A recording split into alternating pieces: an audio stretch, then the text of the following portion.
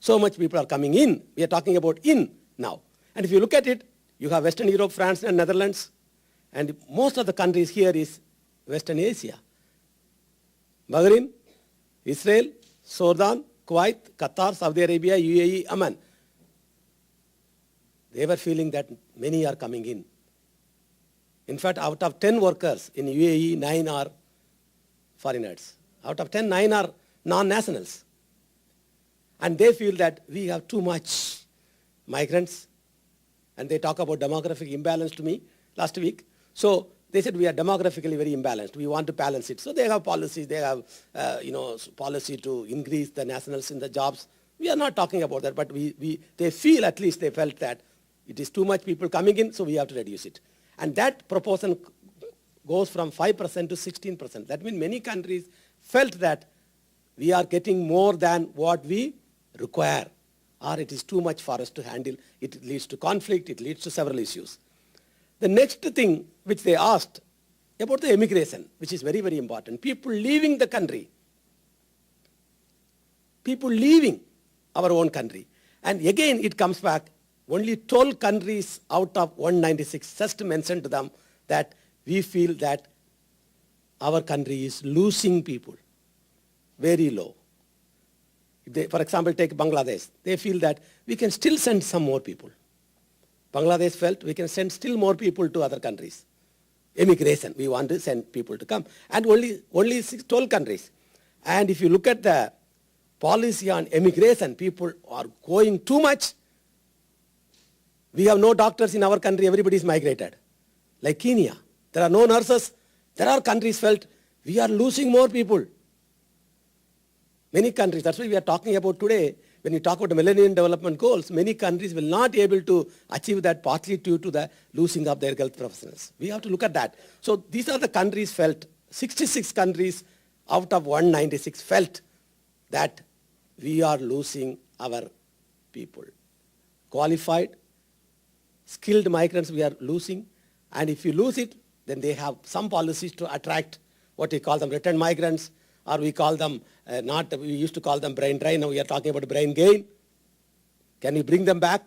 So they have some policies to attract their own countrymen back with some incentives. So you see 34% of the world countries, they felt they are losing more.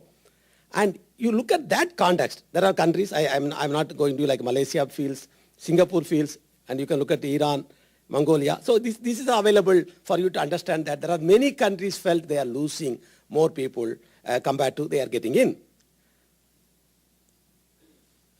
There are, like North America, no country, everything is nil. Canada, there is no problem, because I look at Canada and America, they say we are satisfactory. Status quo. Status quo. They said we are happy. So we have no policy. We are happy with the current situation. There are countries said we felt very low, we want to increase it. Some country felt we are too high, we want to reduce it. Canada, Australia felt is status quo. Satisfactory. So we have no policy. Satisfactory means we are happy with the situation. We continue. And look at the migration policy question in that context.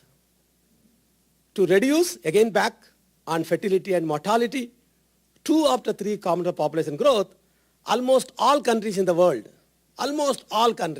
had Ministry of Health and Family Planning. There is a Ministry of Health and Family Planning in many countries to do certain policies and programs to reduce infant mortality rate, reduce maternal mortality rate, reduce fertility rate among women. So they had so much policy, there was a ministry handling in that, both fertility and mortality. But today, when we are talking about migration policies, we are talking about governance. Globally, only 15 countries, probably around 10 to 12 to 15 countries, have a separate ministry to handle immigration. There are some department will be handling. Sometime maybe interior. It's a part of little bit. But not assigned task that your ministry rule is to look after the immigration. Even in India we have problem because one ministry look at immigration, another ministry look at immigration. So there are problems, which I will come back to you. So, but 15 countries in the world have some policy with a separate ministry, separate minister to handle migration issue. For example, today in India, we have a ministry. There were some problem we had in Saudi Arabia a few weeks back regarding their policy on reducing migration. So the minister has to travel to find out, talk to the labor minister. So we have a ministry. You can go back to them. But many countries, they don't have a separate ministry. Let us get back on a quick example for you what's happening in India. India, we have Ministry of Overseas Indian Affairs. We have a ministry which was set up in UPA-1. We call them United Progressive Alliance. It was started in 2004 with Dr. Manmohan Singh as a Prime Minister. That is the first time India had a separate ministry. 2004. And they are just 9-year-old. They are not very old, 9-year-old. So we can, of course, still we can evaluate them. 9 years is too. Somebody is spending a place in 9 years, and we can evaluate them. And what they have done on governance in India. Just to have some flashback or what's happening there, we can look at it. India, the story is same. We don't have any numbers. We are still grappling with how many Indians are there. The first number came in before the ministry set up is what we call them high-level committee on Indian diaspora. We had a big high-level committee set up by the earlier Prime Minister, Mr. Atal Bihari Vajpayee. So they set up a committee. They had come with some estimates, but they put Gulf as 3.3 million, and they said around 20 million Indians are outside. They said it includes both non-resident Indians and also people of Indian origin. There are people you have in Canada, like Indian origin people are there. They are no longer Indians. They have the Canadian passports. Like you have so many people in UK, so many in South Africa, so many in America. They are no longer Indian, but we call them people of Indian origin. And all together, they put 20 million. That's the number they put. I don't know where do they get from, you have no idea. But they're given the number. Government says we have to believe sometime. But unfortunately, when the report is given, in the preface they wrote, 20 million people are there, but they're given in the appendix, they're given a country-wise number. How many in Canada, how many in America. If you add the number, it comes only 16 million.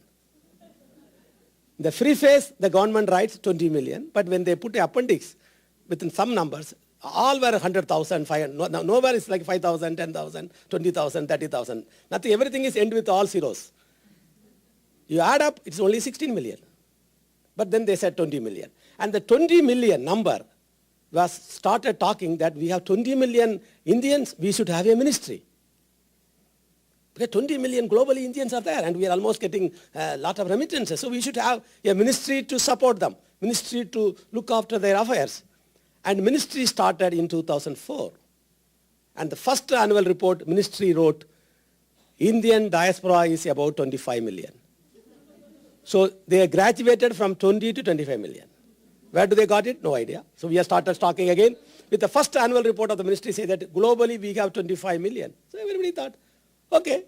They said 20 in 2001, now they had 25. And then 3 years back, they suddenly moved to 30.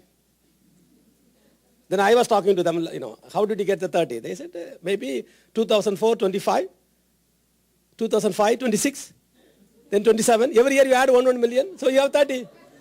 So that's what we are not worried about what we are talking about. We are just adding numbers. And they said 30, and I told them, look, 30 is too high. Then what is your estimate? I said, I have no estimate. I can't even guesstimate. I'm very poor because we can't guesstimate. But people say, let us put some number. And the latest annual report, I'm surprised, in 2013, I saw the latest annual report, they came back to 25 million. So we are questioning 30, but now, when they started off in 2004, the ministry, we got 25 million. They said in the annual report. In 2013, after 9 years, the number is back to 25. They were increased some period, but then there were a lot of people asking, how did you get the number? Now they come back to square one.